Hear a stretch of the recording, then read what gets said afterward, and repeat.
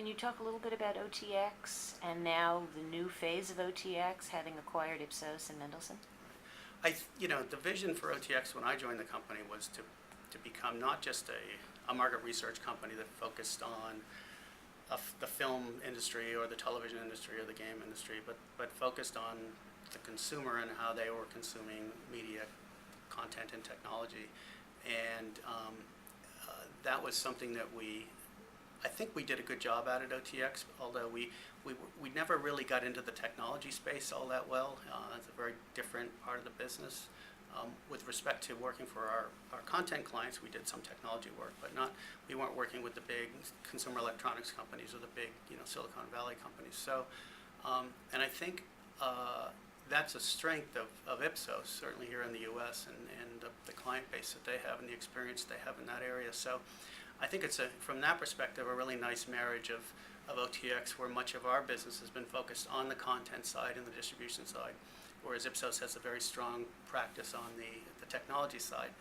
To be able to bring those components together, I think, is really important, because the consumers, they look for content. They look for a way to get the content through the distribution pipe, whether that be the retail store or your cable company, whatever.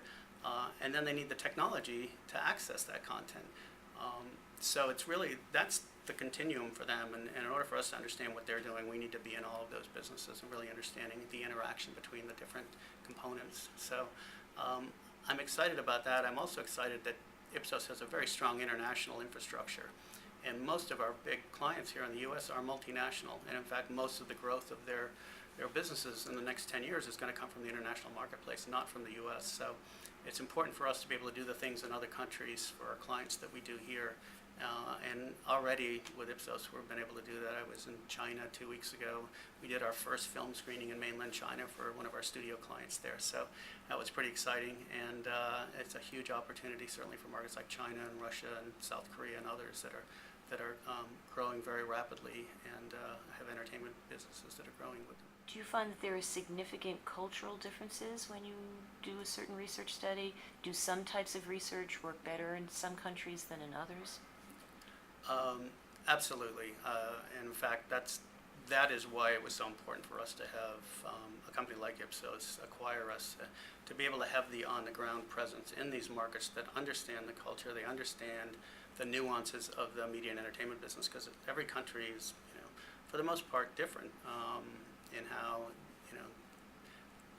local content, distribution channels, things, they're not all the same. And it's very important to understand that not only is the content not the same, but the way to communicate to people is not the same. For example, it's not, it's not customary to actually, in a focus group in Japan, if there's overflow, pay people to go away. That's not something you can do. Whereas, if you just go in as the Americans thinking, okay, if 10 people show up and I only need 8, I'll pay the other 2 off and send them home. In Japan, that's an insult. So it's things like that that you really have to understand that a local partner is going to know and be able to manage properly. So it's critically important, and I think we find different types of surveys, different types of questions and different scales tend to work in some cases better than certain countries than in other countries. So it isn't, unfortunately, sometimes we want it to be a fits all, but it unfortunately it doesn't always work out that way. And I think it's important when you do multinational studies that you work with a company that really understands that and has the local insight to be able to give you that kind of expertise. And how would you gain the nuance of a negative review? For example, in Japan, I believe that people don't like to criticize overtly.